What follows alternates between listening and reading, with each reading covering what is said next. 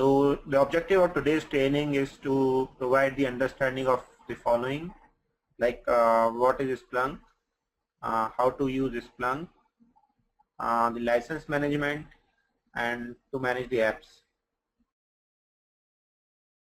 So for just starting with the building Splunk environment, so first we will learn about how the Splunk installation, that how to install Splunk and how to get the setup of Splunk, and then some overview of Splunk, that how it works, and the license management, that what are the licenses available in the Splunk currently, and then we will go through the simple log file to get data in.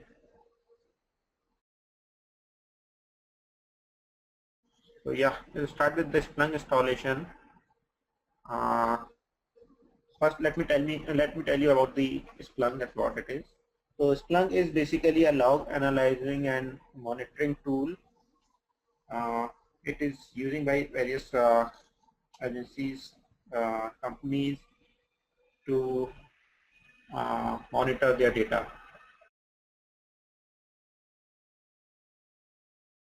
So basically Splunk takes data from certain sources you provide and process it so that you can analyze it, you can create dashboards, alerts, searches.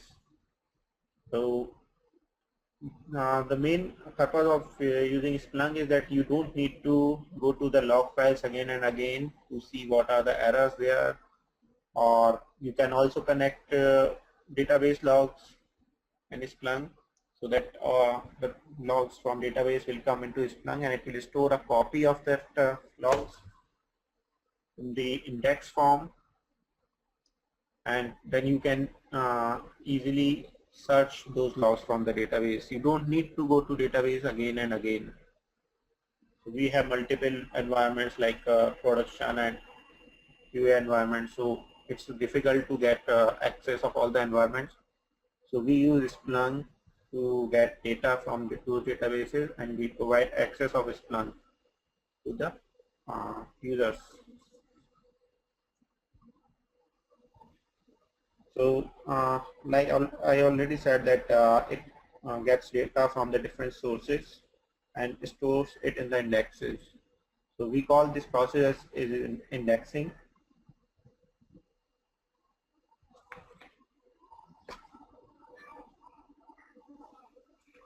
So this is basically about this Splunk. Let me go to the Splunk installation now. We can get the setup of Splunk, the trial version, from Splunk site.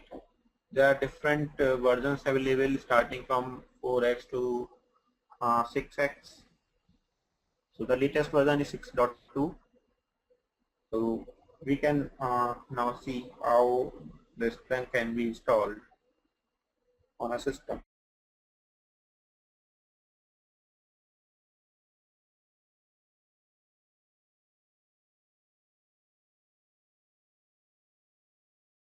So here is the Splunk setup, Splunk 6.1.4.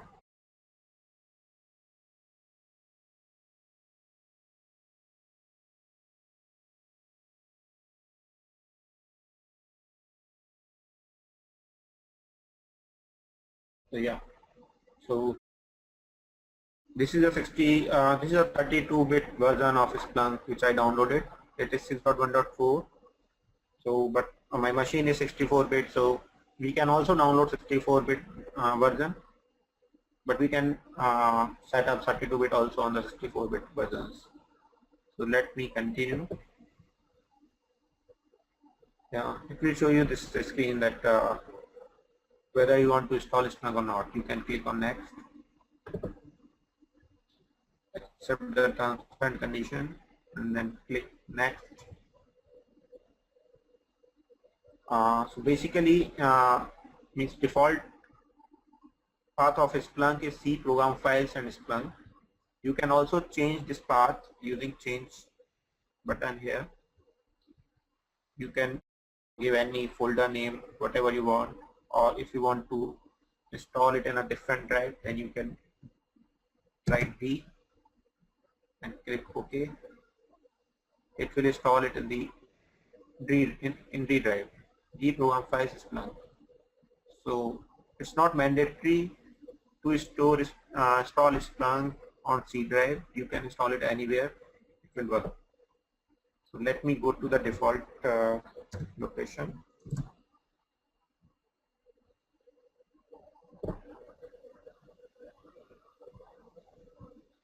Click next.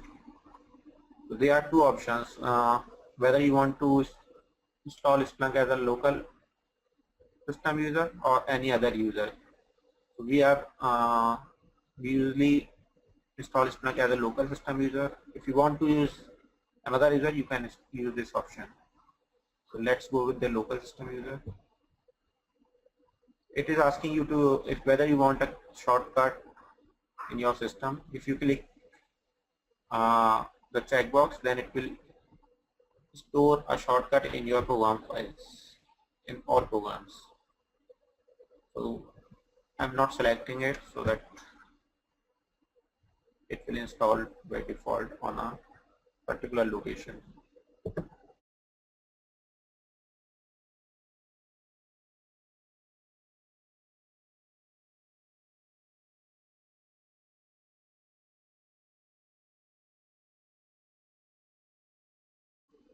It will take a while, 3 to 4 minutes to install.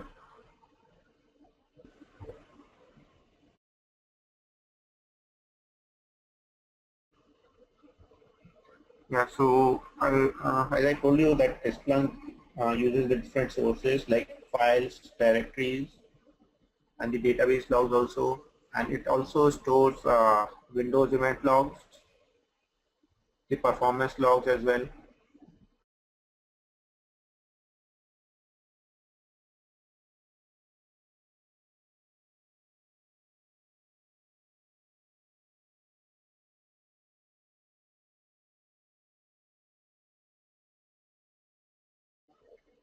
So now it is started installing the Splunk.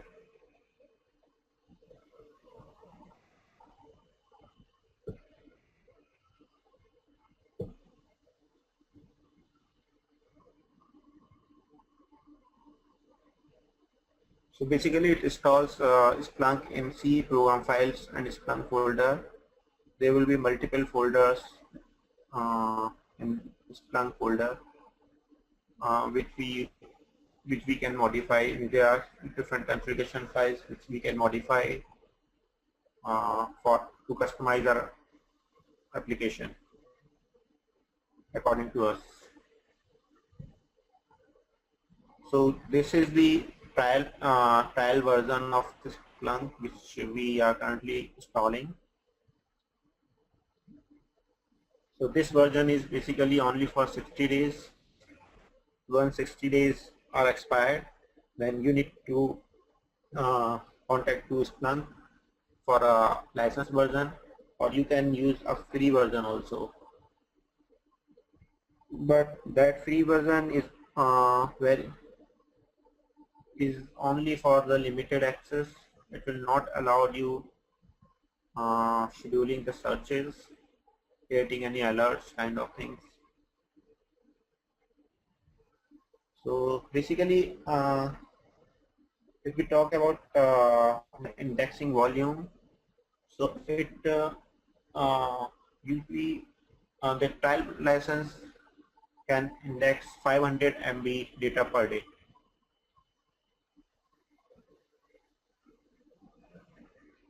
So now we can talk about the indexing process, how it works. So indexing process works into parts.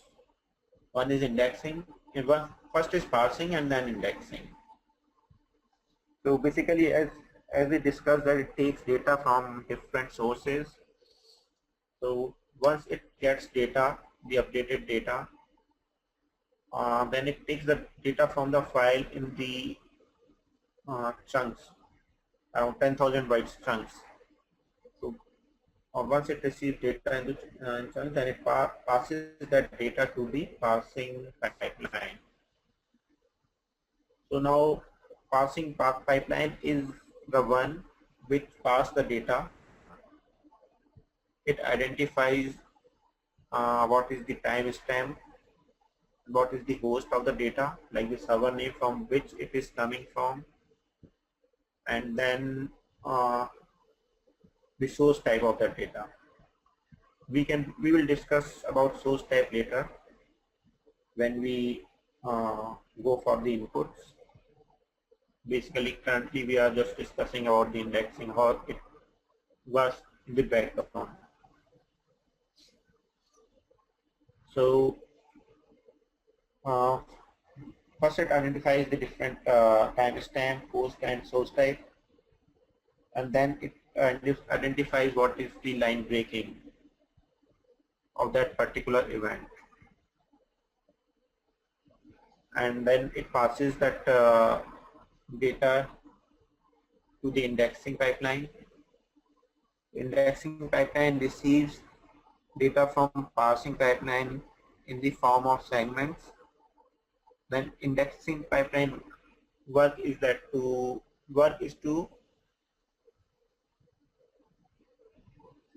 identify these data structure and to store the raw data into the index files.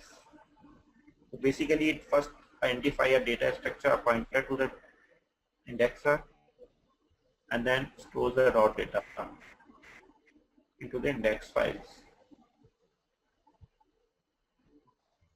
So this is how indexing process works.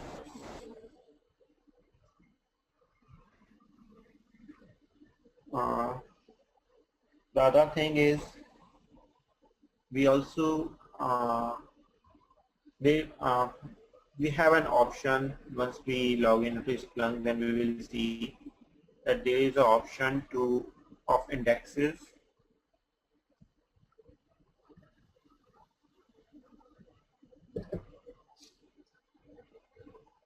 So basically, indexes. In indexes, we can create the indexes of our own. There are already multiple indexes available there, which are the default indexes of Splunk.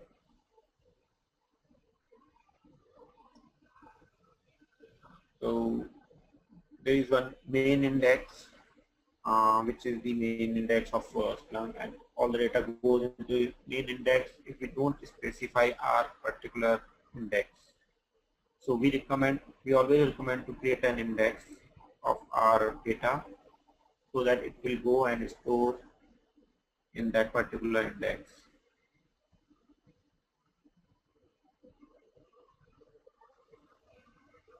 Now, it is taking some time to set up Splunk.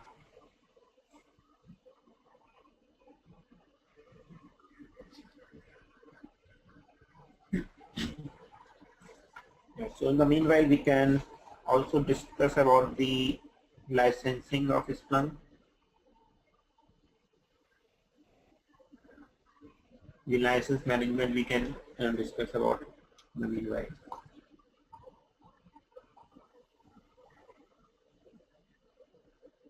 So basically, license management is in two parts. One is license master and one is license slaves. So license master is the master of Splunk, which we always have. We should always have a license master, and there can be multiple slaves where we install. Slaves are like machines where we install Splunk, and those machines also share the same license as master have. So we don't need to purchase license for each and every machine. We can simply add a license master and create different slaves of that license. So suppose we have 10 GB license. We purchase 10 GB license from Splunk Enterprise, so that 10 GB can be shared between different machines, and those machines we call as slaves.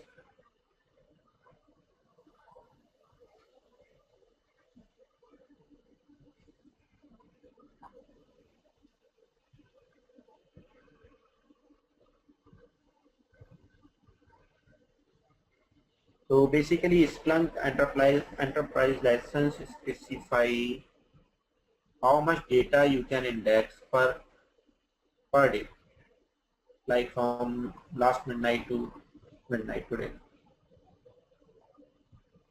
So between 12 to 12 a.m. for the next day.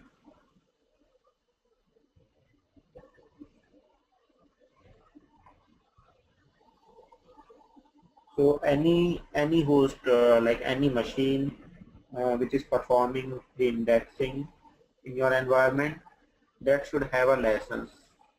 So as we discussed that there can be multiple slaves. So each machine should have a license. If it does not have license, that it will not send data to the master indexer. You can also run a standalone indexer with a license installed locally, or you can configure one of your Splunk instance as a license master.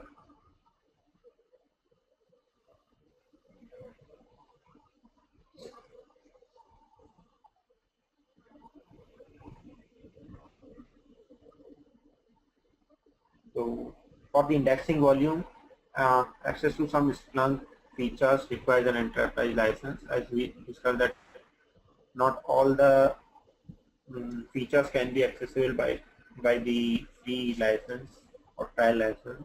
We need an enterprise license for using all the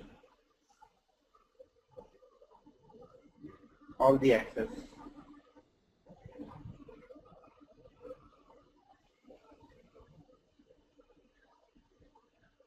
So let's discuss about the connection between license master and license slave, that how it works.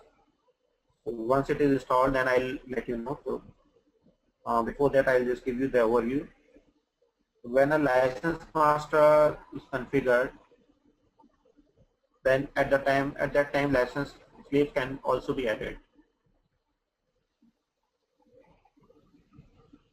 So that those license slaves can communicate with license master that how much data they have used, and they send the data used, the limit of data used to the license master, that how much data they have used. So it updates every minute.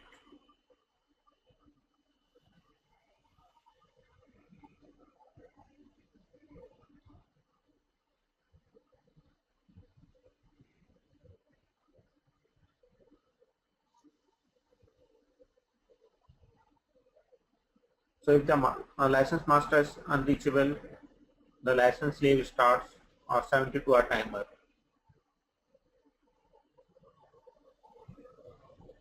So if means in 72 hours it will not able to connect the license master, then it will log the license slave that no data can be passed to the license master. So at that time users will not be able to search any kind of data in the indexes. So if we talk about Splunk Enterprise license lifestyle, so once you first install the downloaded copy, just as we are doing currently, so it uses a 60-day trial version of Splunk. It allows you most of the features of an enterprise license, but only for the 60 days. And the daily volume is around 500 MB per day.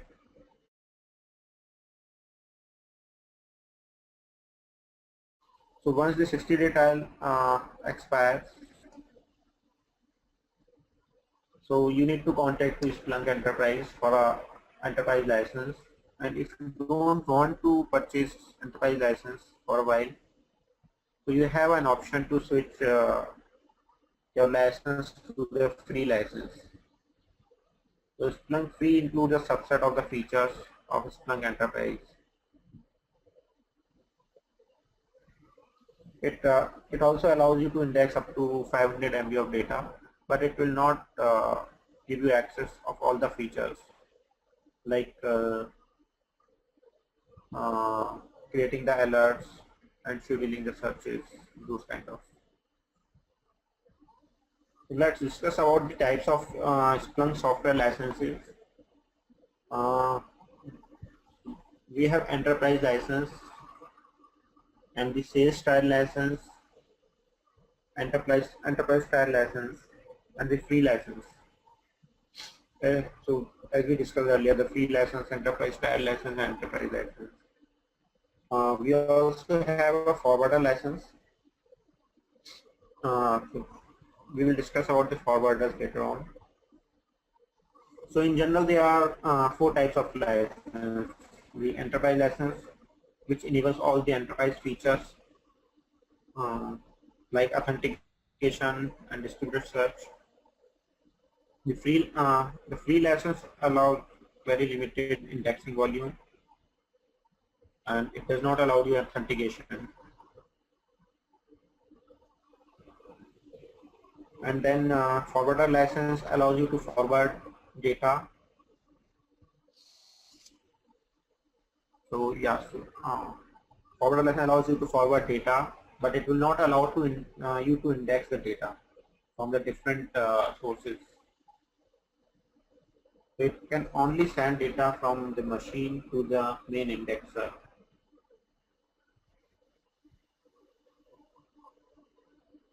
So there are some kind of beta releases also, which typically use the enterprise features, but those are restricted to Splunk beta release only. So yeah, let's go to the Splunk installation back. So here the installation is completed. It is asking you to launch browser with Splunk. So let's not click it, just finish, and then I'll show you how to connect Splunk.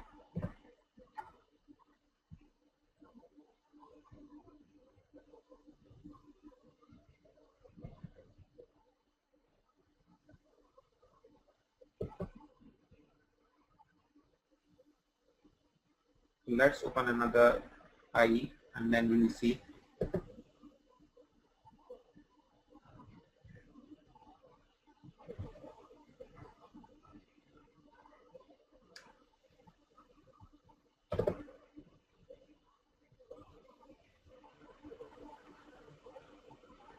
Seems there is a problem with IE, so let's connect it using Mozilla or Chrome.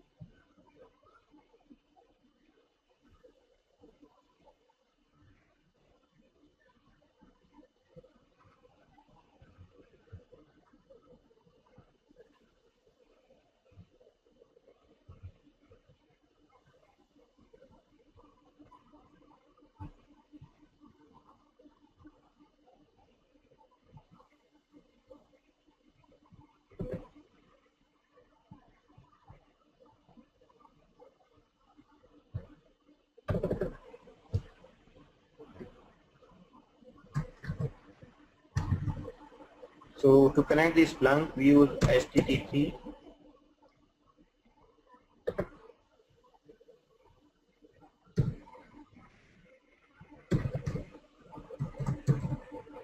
HTTP and then localhost. You can also provide your machine name here instead of localhost, and then the default port of Splunk is 8000. Click it.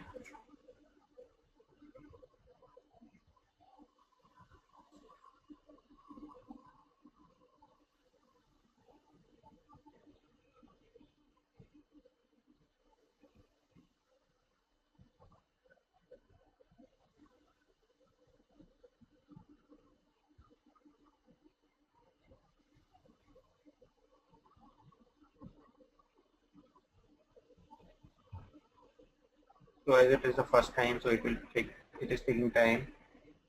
Let me show you the services which that installation has created.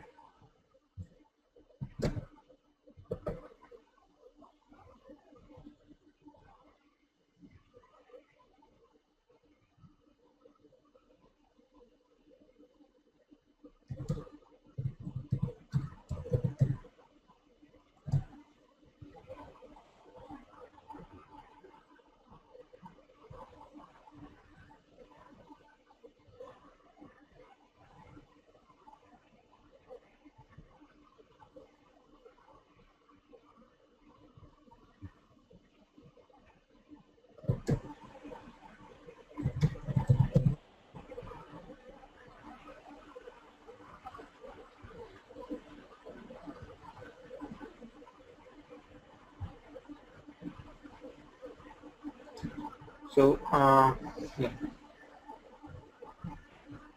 we'll see the services later as the web page has come up.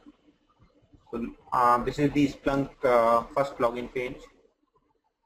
Your default username is admin and the password is change me for the first time user. Anytime is after first time you have to change your password of admin users. Click on sign in.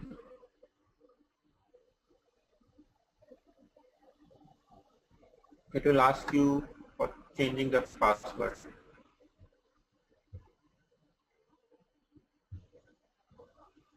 Let's put a new password as training and then save password. So in future you can use Splunk with admin username and training password. It will not allow you to use change me password again now. So this is the Splunk homepage. There are different options here, different menus here. Like this first menu will show you that will show your name. If you are an administrator, as you logged in using admin, so it is showing administrator here. Like if your name, if you have a user with your name, it will show your username. And then if you click on drop down, then there are two options. One is to edit account and another one is to log out.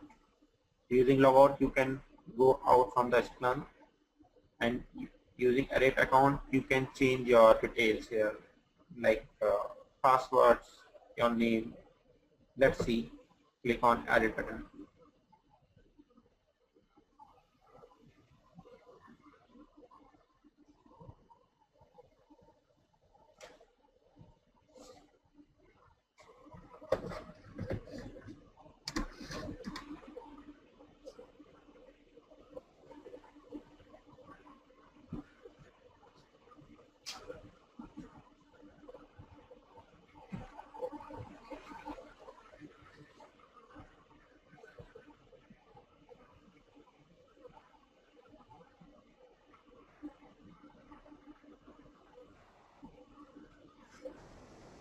Here it came up. Your full name is administrator. You can change your name here, your email address, default time zone, and default app. We will discuss all the apps later on. And then the password also you can change from here.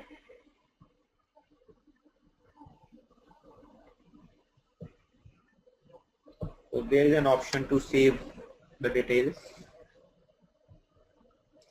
Here we don't want to change anything. then you just cancel it.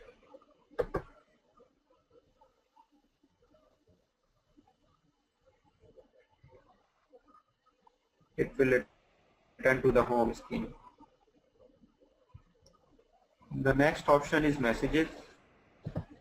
In messages, sometimes if your license sleeps, your connecting machines with this master master license have any problems, like it exceeded the daily volume which is provided to them, and it will show that in the messages that that particular license slave has exceeded their limit. So you can just disconnect those machines for a while, or you can take any action. So it basically give you the messages that if something is going wrong in Splunk. The next option is settings, which is the most important menu of Splunk. Here you have all the options to customize your Splunk. So here you have options like licensing, as we discussed earlier. So let's go to the licensing option.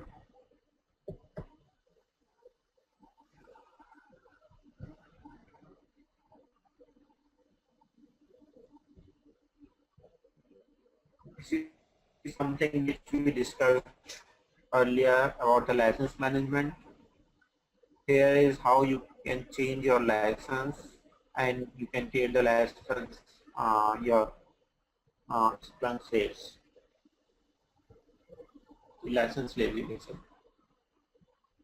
Here is an option. This server is acting as a standalone license server. It means it is a master server which has its own license. It is not sharing license to anyone. Once you can change this machine as a slave as well. There is an option to change the slave. So slave means it is sharing license from the master license machine.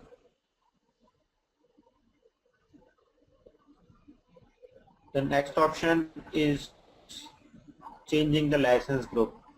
Here you can see when you click on this option,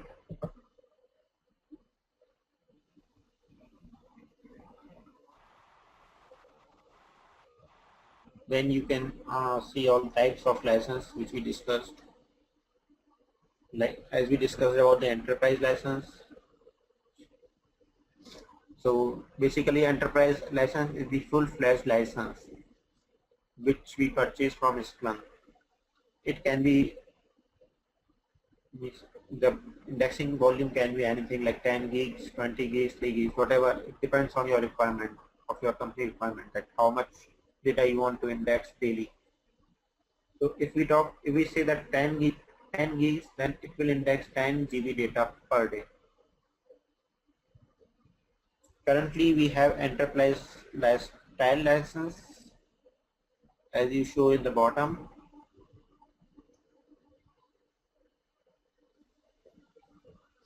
So this is the trial license which we download from Splunk site as a free trial license. So this license is only for the 60 days. So after 60 days it will automatically expire, and it will prompt you on the login screen that your license has been expired. Please change your license.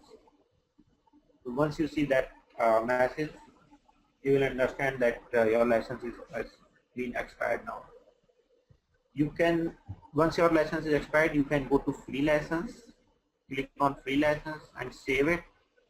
But the problem is that in free license, if you select free license, you will not be able to use all the options of Splunk, like creating alerts and most of other options also, scheduling the searches, and users will also not be able to see that searches if you are using free license. So it is recommended to purchase a license from Splunk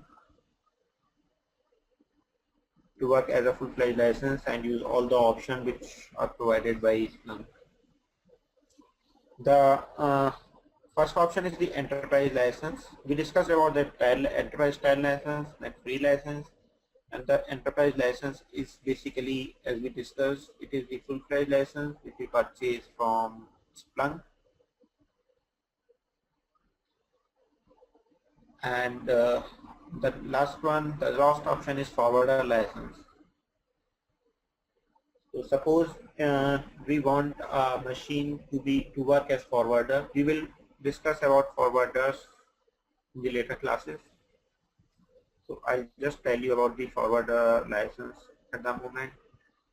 This forward license will this option can be selected only on the forwarders, which are the slaves of that license master. Basically not the slaves, basically the forwarders from where we get inputs, and that using those inputs, the data from those files will get indexed into the main indexer.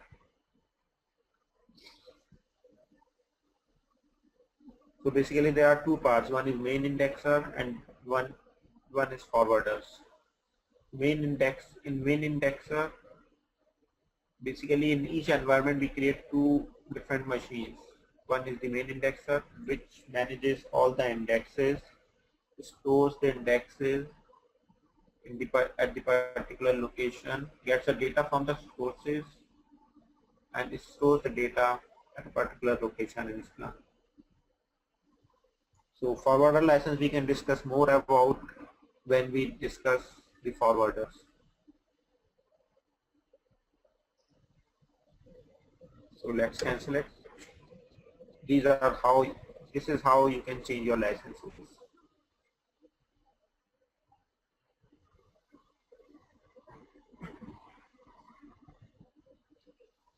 See, as I discussed about the alerts which we receive from different slaves, like the volume is exceeded, which is provided to them. So those messages will come up here if any slave has exceeded their license. So it will give you the license warnings. So it is recommended to see this licensing option each day, just to make sure that which slave is exceeding their limits, so that we can provide that slave more data, more license data.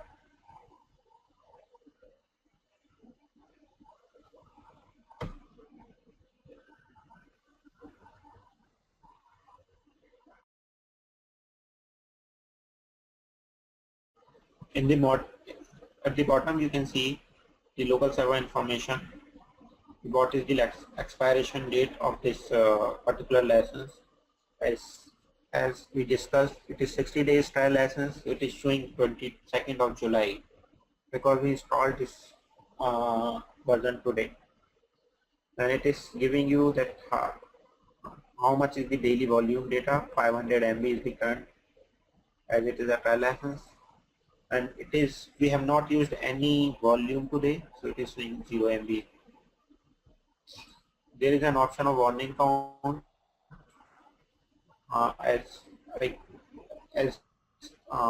the above we discussed. If there is warning, it will come up here, so it will show you the count of the warnings, how many warnings we received. So this is basically the license management.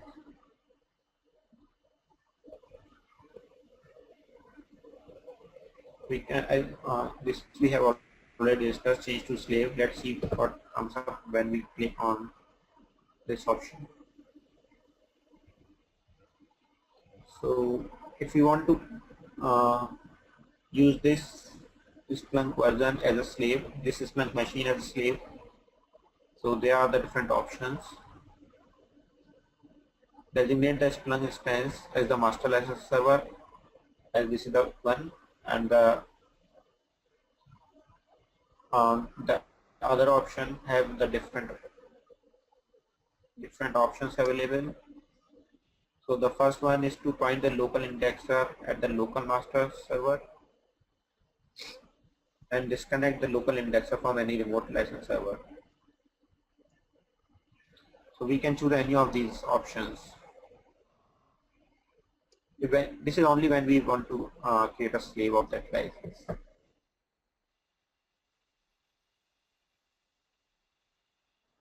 Okay.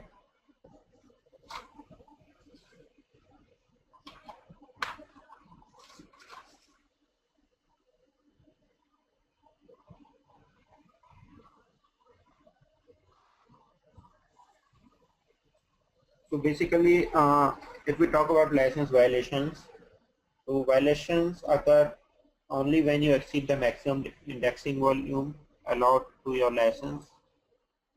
So if you exceed your license daily volume on any day, so you receive a violation warning. So that particular violation warning message will be available here for 14 days. So here, as I said, that it will be available here. So it will be available for 14 days, and after 14 days, it will automatically go out. So if you get more warnings, like 5 warnings on a full-fledged license and an enterprise license, so it means that you are violating your license.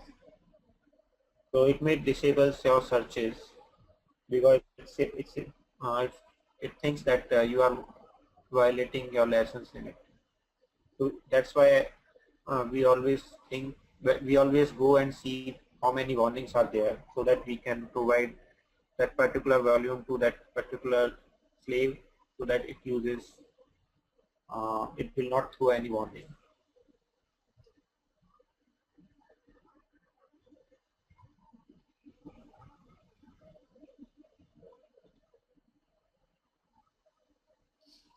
So, but in any case, if you have received five warnings, then it disables your searches. And now, if you want to reset your license, then you'll have to contact to the sales representatives of Splunk. So basically, if you exceeded your license, then it will not stop indexing your data, but it will only stop.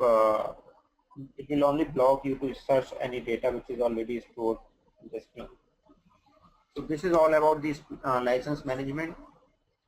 Let me show you now the Splunk folder. Yeah. Before showing the Splunk folder and files, I'll show you the Splunk services.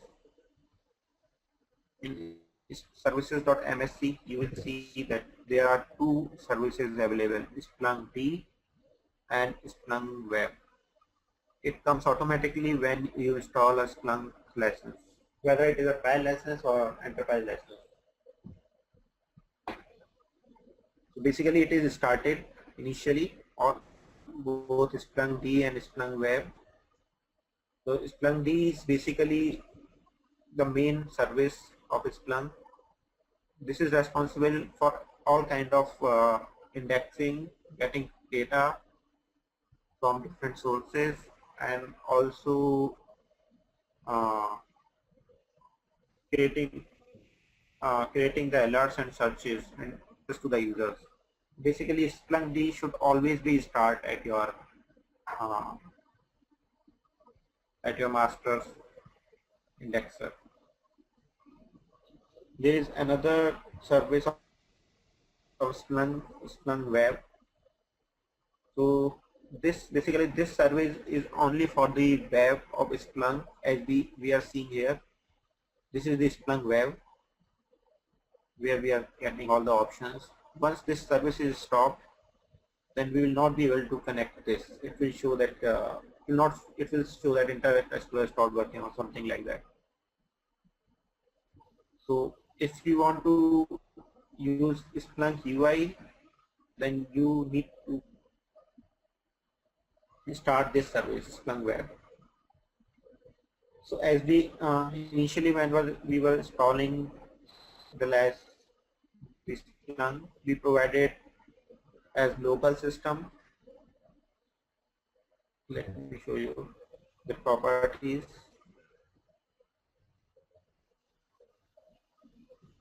The logon type is the local system account. We can also change the account of this service if you want, but it will work with local system account as well, so it's not mandatory to change the account. Also, there are recovery options of the services, like which you can click here. So we recommend to restart the service on first and second failure, and for the subsequent fails take no action, so that we can talk to the network administrators that what is going wrong with the system, that because the service is failing again and again. So let's apply it and click OK. It is also recommended to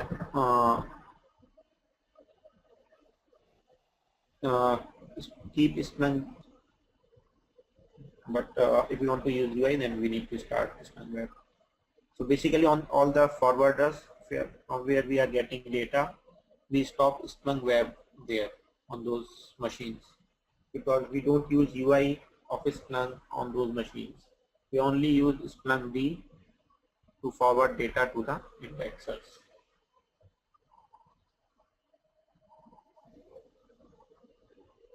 These are all about the services of Splunk.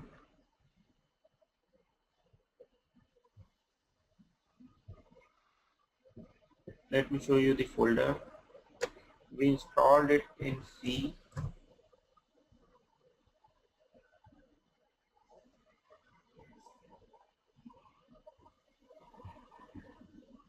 We installed it in C, program files, 86, these one. Here is a folder.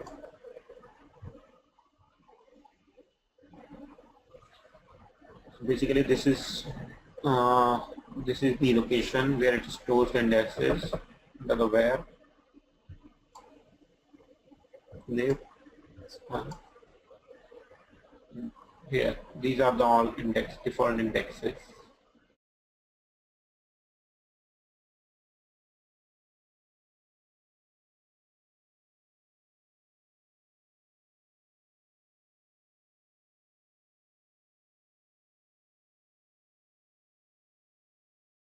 Let's go to the history again.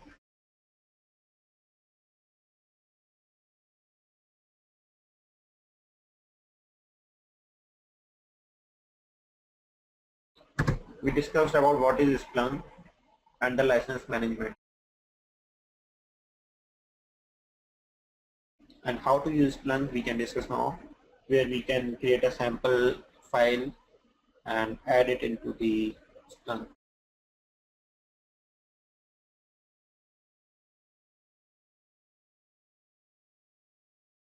So here we discussed about Splunk overview, the installation of Splunk and different modules of Splunk. In the next slide we discussed in license management about the Splunk enterprise license, the types of Splunk license, and how to install license.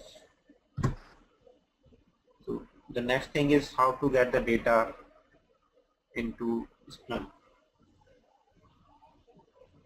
So we'll have an example of an input file and see how the data comes into the Splunk.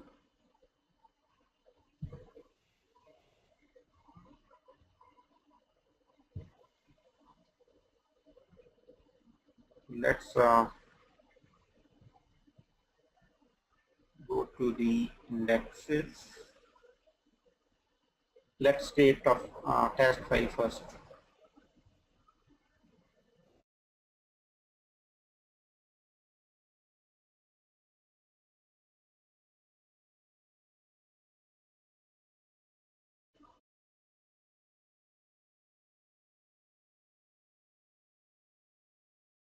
I will add some data in this test file.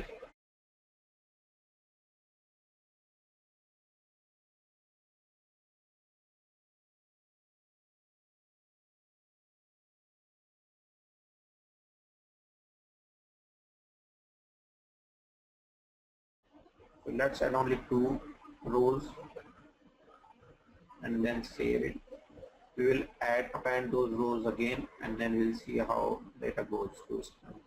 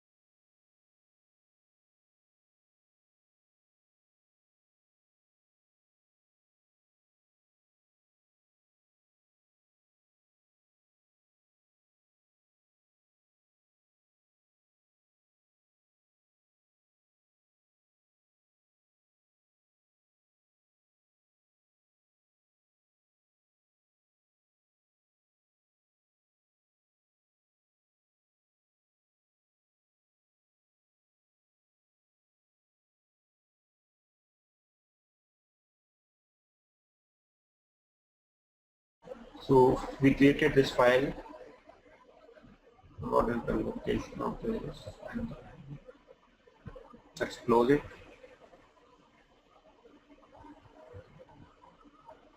So here are the settings. There is an option available like indexes. When you click here,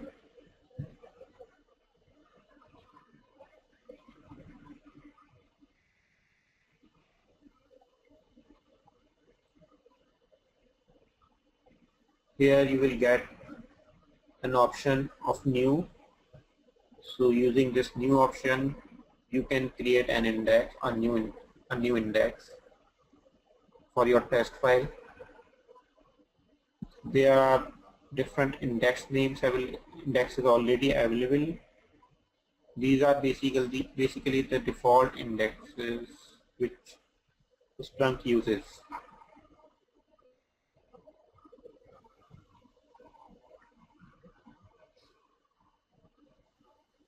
So let's create a new index.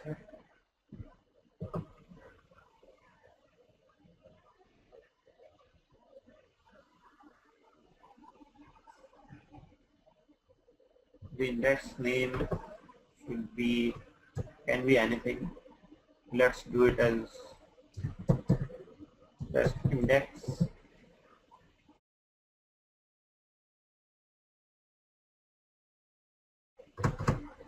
We can say it as training underscore index.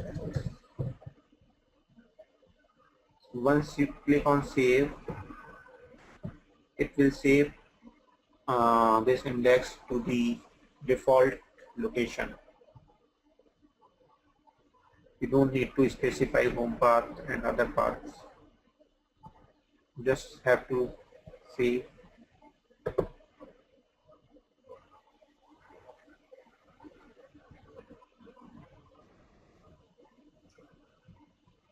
And a new index will be created here, the training underscore index. Currently it is not showing any event count because we have not added any input for this index. Once we add an input, it will show you that how many events are there. Also, what is the timing of that particular event comes into this.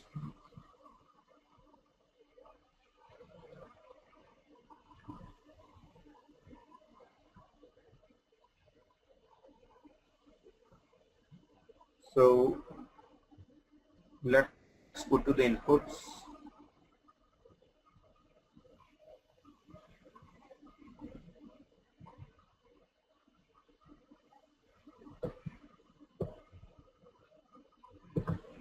Here is an option under the settings. There is an option of data inputs.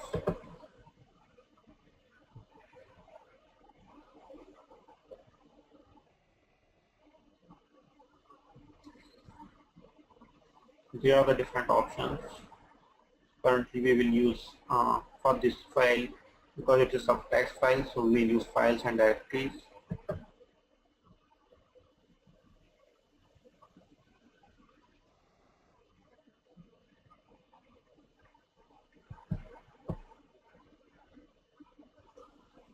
Here you can see there is an option of new, a button of creating a new input.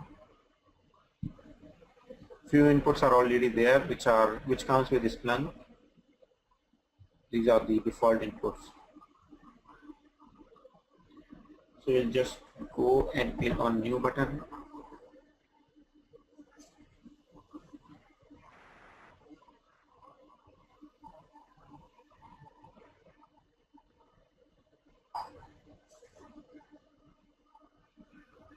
So we don't want to see preview. There are two options. If we want to see preview data before indexing, we are just going to skip preview, and we don't want to see it. Just go to the continue.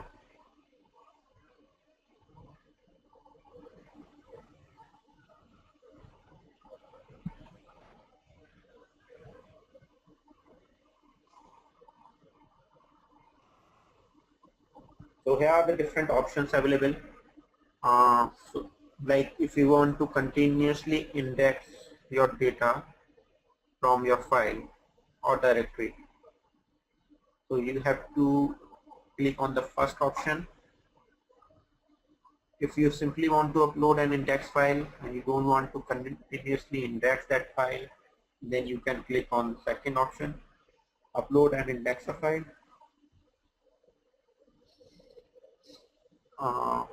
And the third option is to index a file once from this particular Splunk server. So we usually use the first option because it is a real-time data search. So we usually use the first option always to continuously index data from a file. Here we provide the full path of that file. Like we created this file in C and then test Splunk.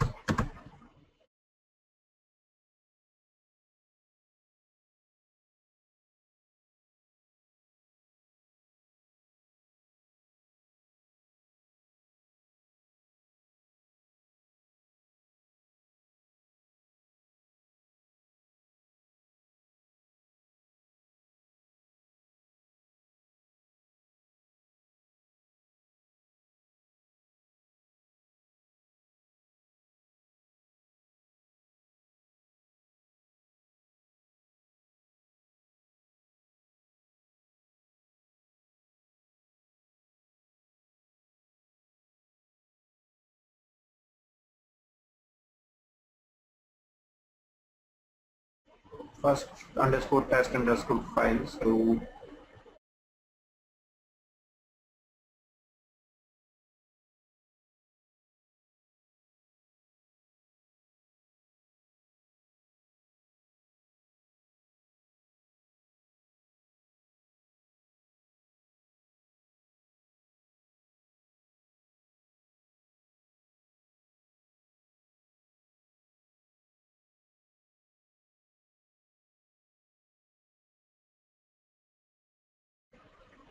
there are more settings option where we provide different settings.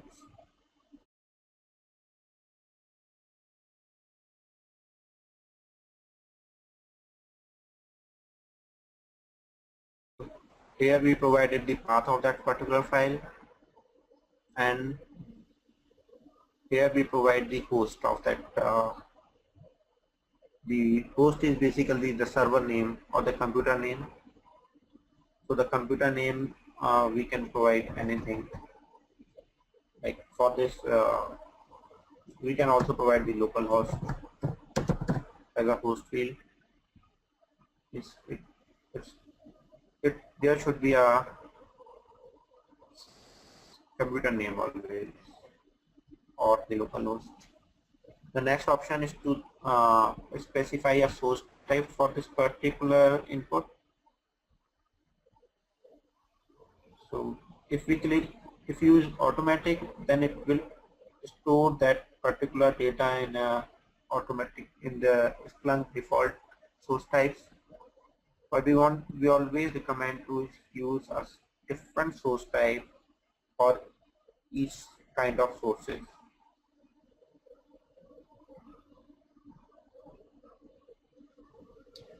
So basically, source type tells that what kind of data is used to is coming into that particular group. Let's do the manual, and here if we can specify our own source type.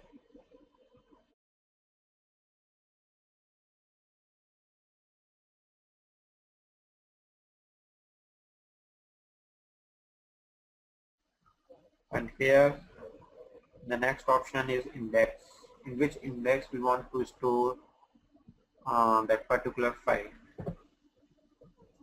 As we created a training underscore index, it is showing in this particular list. All the indexes will show in this drop down.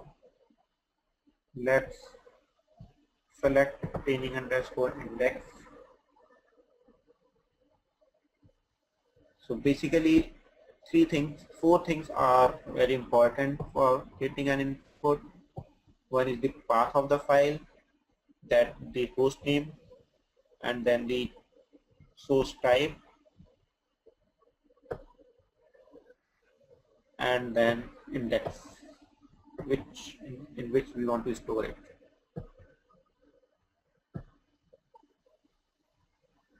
Let's go and save this input.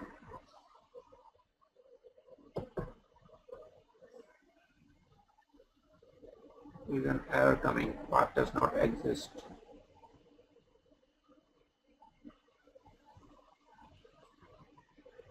Let me see what is going wrong in the path.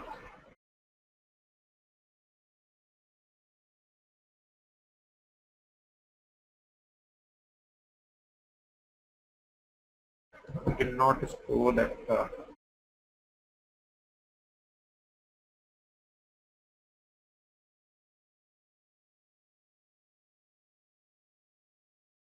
Okay, so it was stored in the new folder files.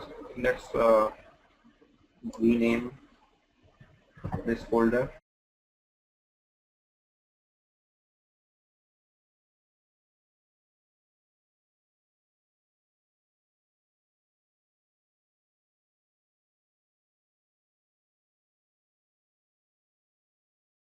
And change the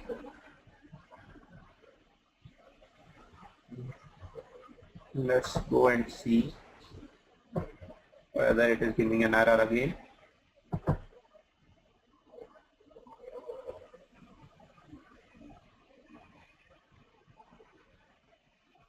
Yeah, it worked. So because we got an error of the path, because the path which we specified was not exist. Once we change the path to the correct path, it then created a new input. Here you can see the source type and the index which we specified. So the default app is search here because we want to search data. The next option is to enable disable.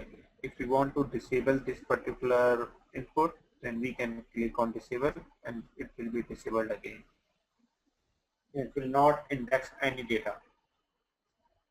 The next option is to clone. If we want to copy the complete data input and create a new input with different path and using same source and index name, and we don't need to create a new and add all the values. We just go and click on the clone option, and then it will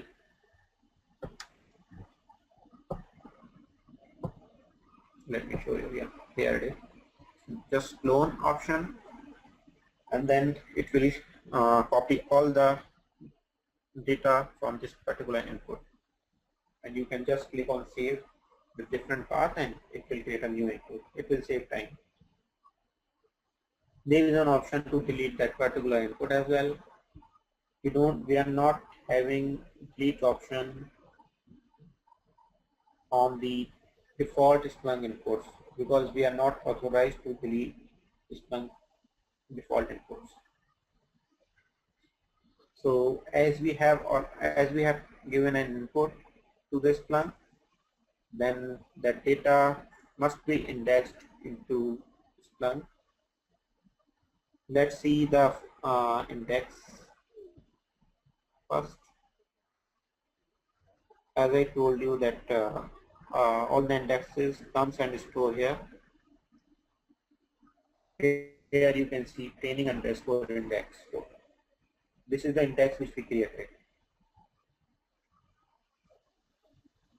So the data will be here under this index.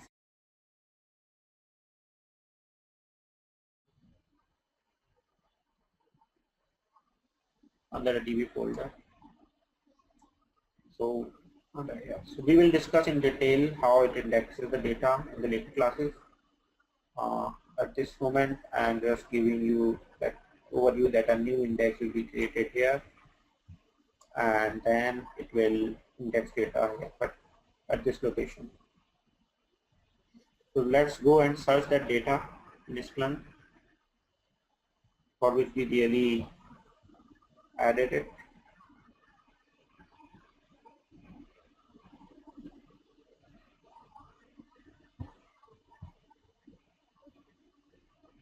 Once we click on Splunk option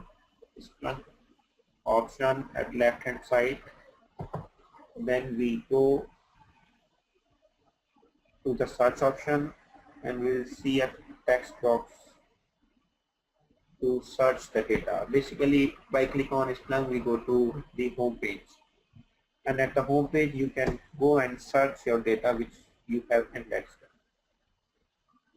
So that the index name, you can index it, we can search this data using the index name or source type or anything. So let's search it using index.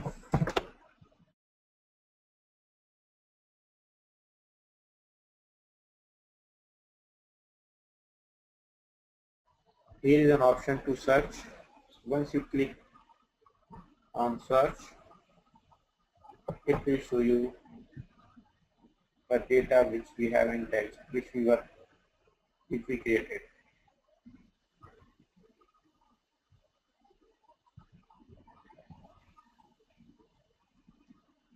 See, here it is.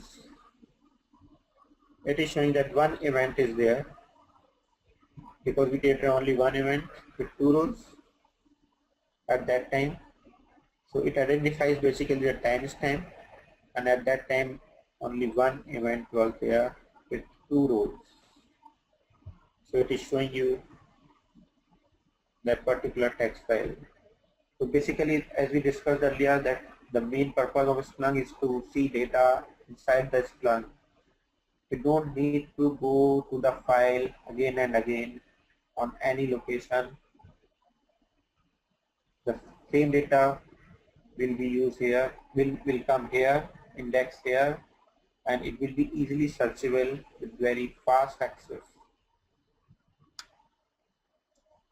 Here you can see the host which we provided as localhost, and the source file which we provided, and the source type, the training underscore source which we have given. In the other fields, there is an index field. That index field is giving you the training underscore index value, because that particular event is stored in this training underscore index.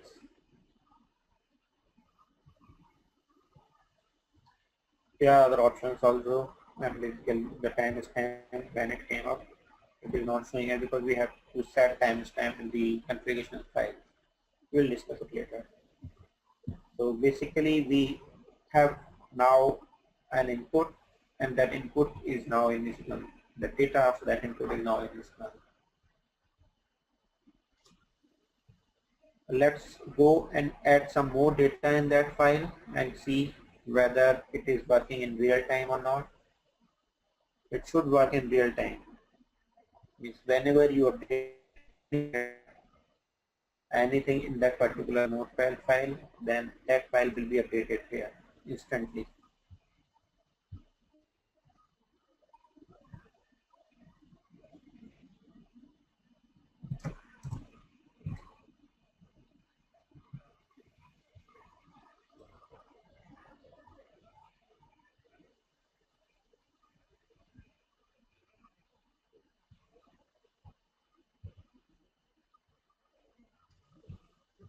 Let's go and add another rows like C.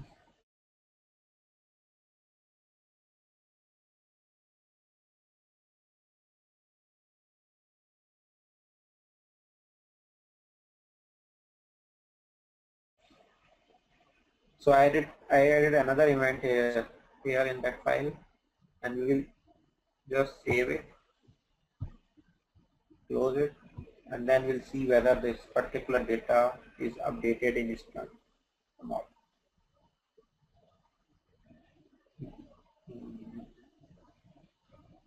Give it a few seconds so that it will be updated here.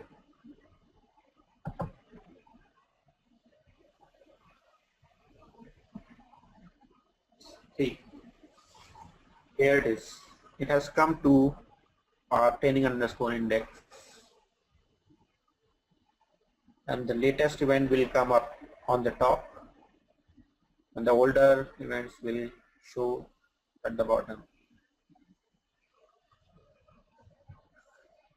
Here you can see that this new event came at 4:58 and the earlier event was at 4:38.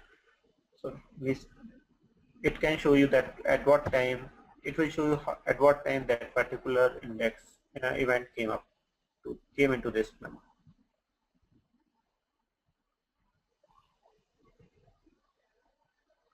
Let me show you okay, that I'll show you later the indexes. I will you can also search it. You can also search that data using a particular data which you have mentioned in the notepad file.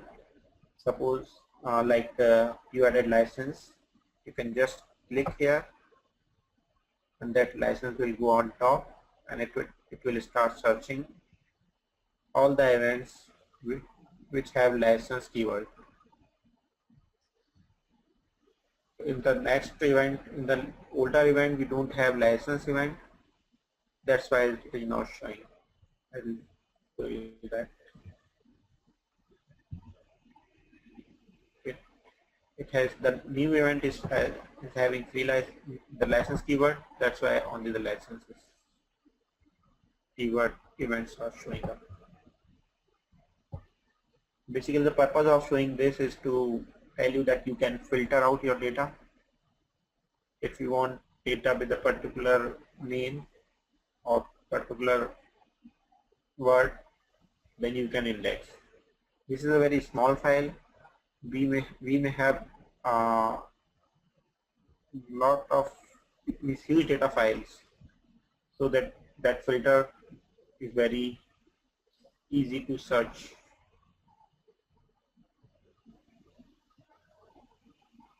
It is very feasible to search in Splunk. Here you can see that if you have 1,000 lines in Notepad, and if you want to search, you want to see a particular data, then you will have to click different options for that. But here you can just write the data which you want to search, and it will show you all the results within a second.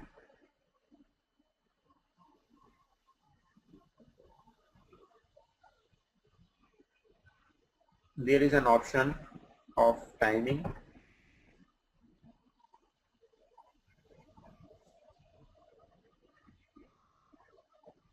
Where you can see it will there are different options, like if you want to see only last 15-minute events, last 60-minute events, 4 hours, or there are different things available. If suppose we are not giving anything here, any filter,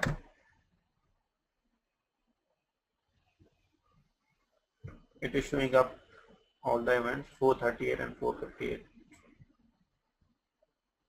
Now if we want to see only last 15 minutes events, let's see what it shows. It will show only one event because that 438 event is prior to 15 minutes. So here is the time frame which you can provide to see your logs.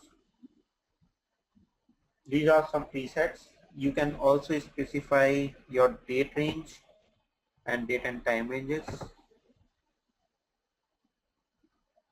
If you want to see logs of a particular date, you can specify here, and if you want to see logs of a date between a time range, you can provide it here.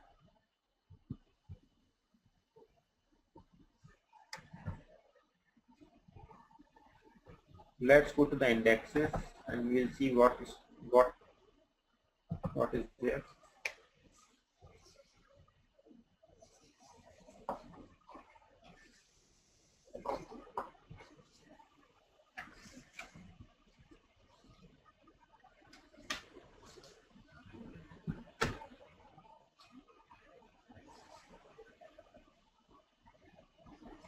So here it is.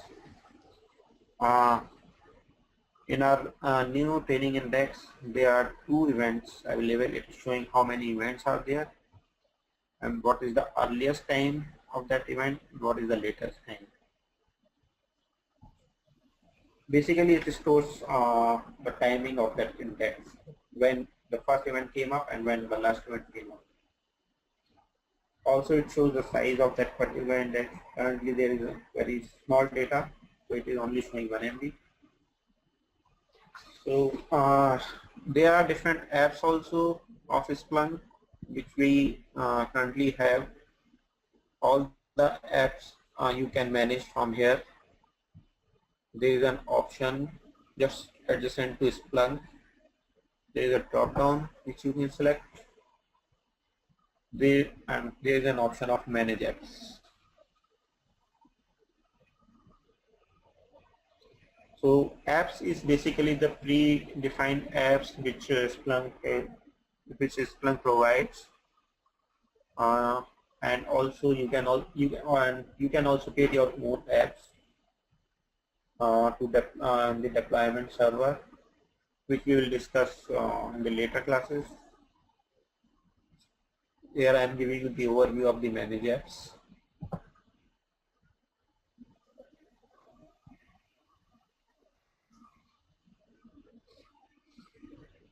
So here it is giving you the default apps which are available in Splunk. These are the apps currently in Splunk. We can also create an app here, or we can install an app also, which is provided by Splunk, which are the basically predefined apps from Splunk.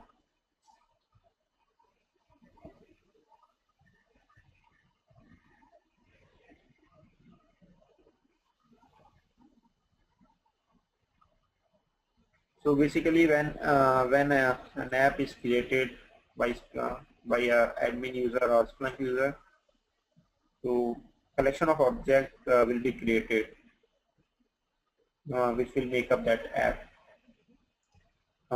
So those objects are like views, commands, navigation items, and then saved searches or reports.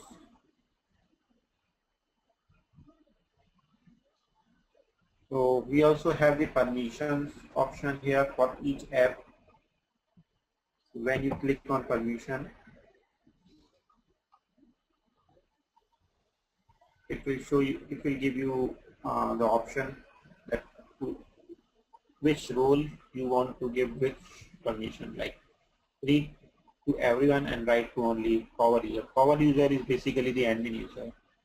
The user and user creation and these kind of rules we will discuss later on. So here we can provide the permission to an app. We can restrict those apps to some particular users, so that all users will not be able to see those apps, because these apps can be the confidential data.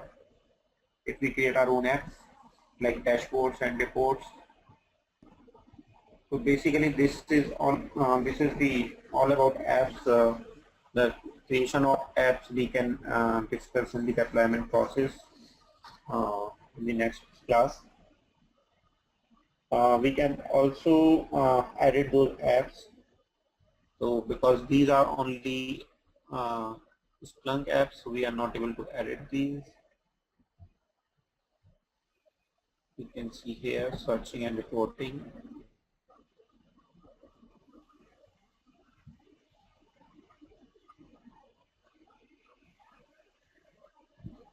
So let's create a search here so that we will understand more about the app. We'll create a simple search like index equal to training index.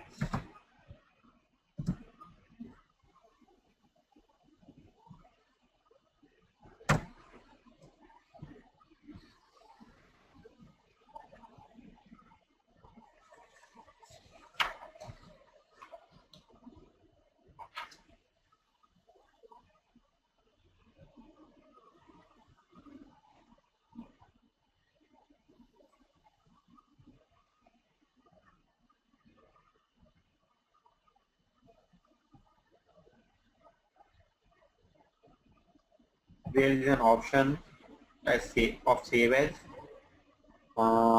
where you can store this search as a report, and that report will be basically as an app, will work as an app.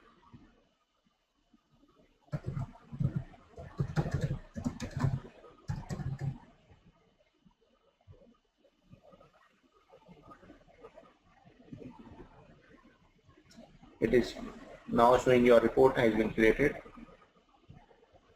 Just close it.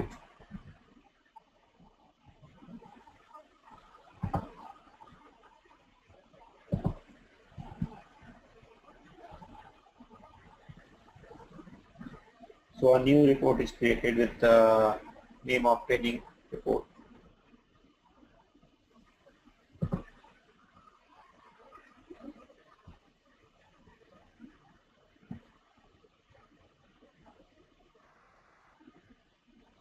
So here I want to show you the properties also,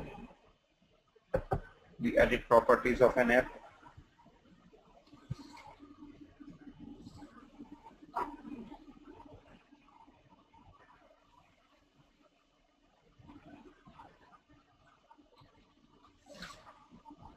So here you have different options available for that particular app. So that name, or you can also change the name of the app from here.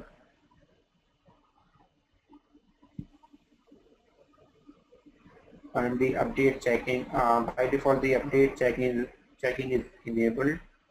You can override the default and disable update checking. The next option is visible. So basically apps with the with views will be visible, should be visible to all. And then the next option is to upload asset. We can use this field to select a local file, such as any HTML or JavaScript file. So basically these are the properties which we don't commonly change. We use default properties for this app, for any app.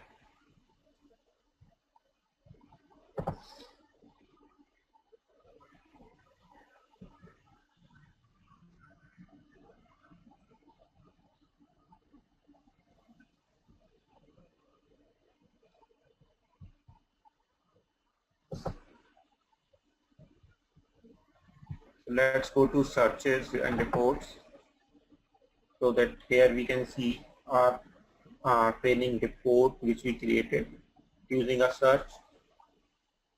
Here is the training report.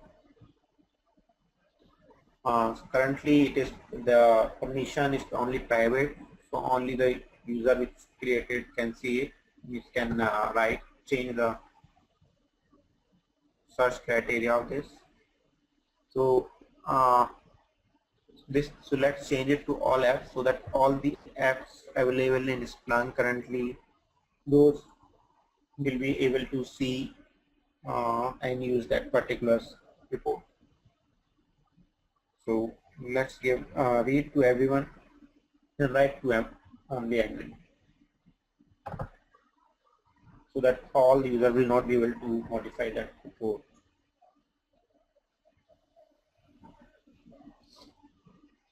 We can run this report from here using run actions. So what it will do, as it is a predefined search, it will, when you click on run, it will automatically give you the results of that particular search. Basically the purpose of this of the report is to basically the purpose of this search or report, we can say, is to create the predefined searches which we use commonly in our day-to-day activities, so that we don't need to create reports again and again. It will save time. Also, we use these reports in alerts and dashboards.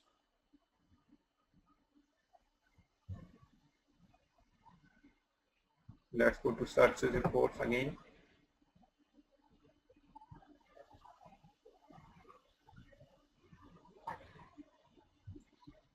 So here it will show you that it is the owner of this search is admin, and the owner of other reports is no owner, because these are the Splunk predefined reports, predefined searches, you can see. And admin created this report, so it is showing admin. So once you have access, once we have different users, and if a particular user will create a new search, and his or her name will come here.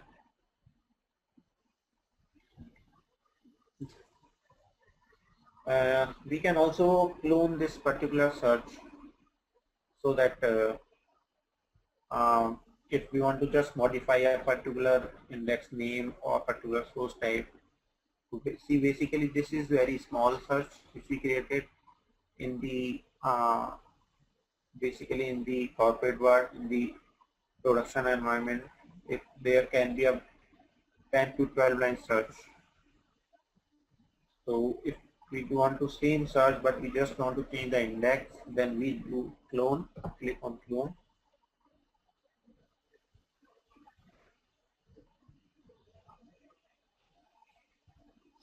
And see, here you can change your search. If you want to change the index from training index to just training, you can do that and just save it.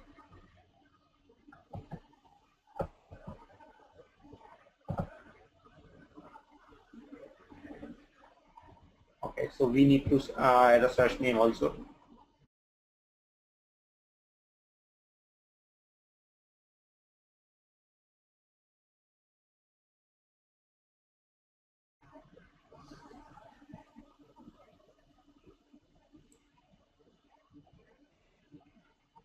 So here it is. So as we created a clone of training report, a new search is created. We don't need to create a new and create the whole search. So it copied the existing properties of training report. We just change the search whatever we want, and then provided a search name in that, and it automatically created a training test search. So let's now delete it, as we don't have training index particularly. It was just for an example purpose.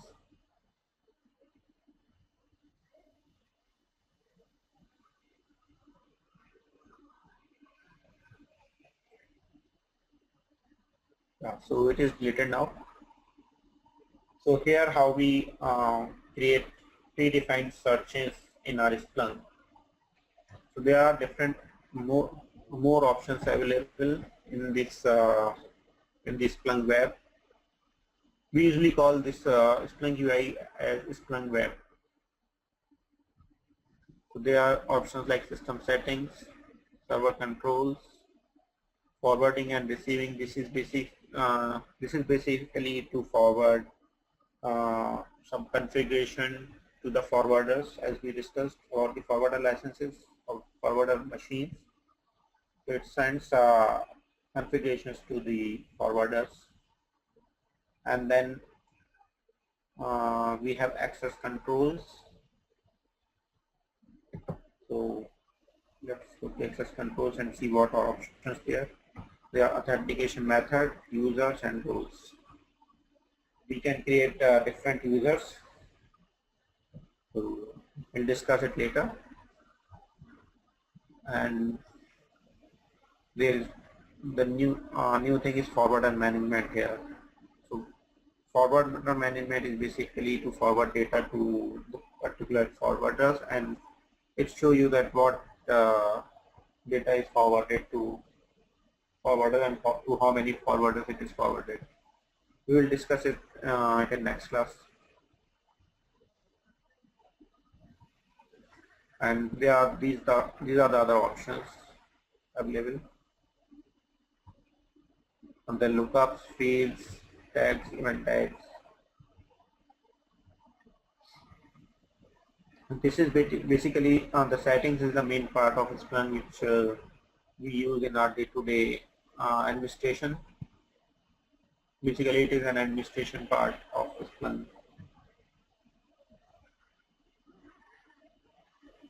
The next option is activity. So activity is basically there are different options like jobs. When you click on jobs,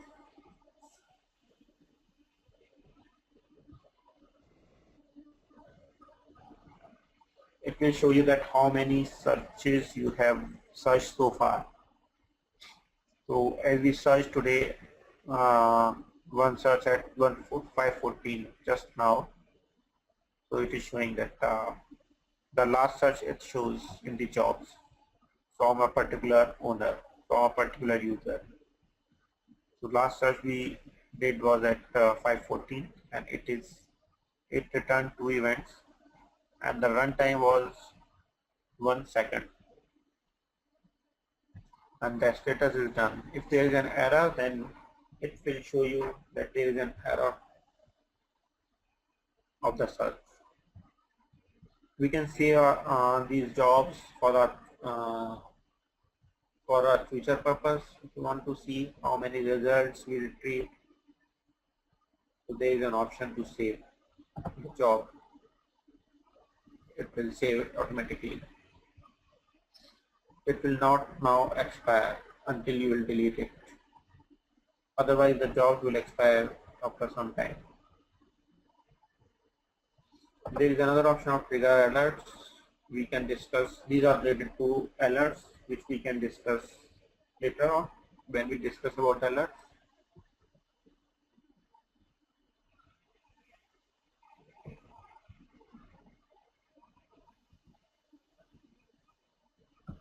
Let's go to Splunk and search again and see what are the options there.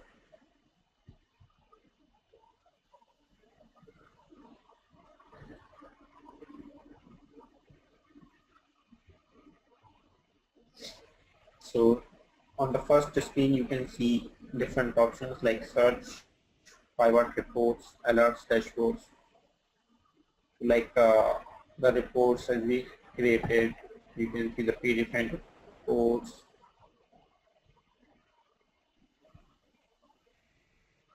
But see, it is showing you the training report. Basically, it is a UI of showing all the reports. You don't need to go on settings and search reports. It will show you report here automatically. So let's go to the slide and now see what we have covered so far.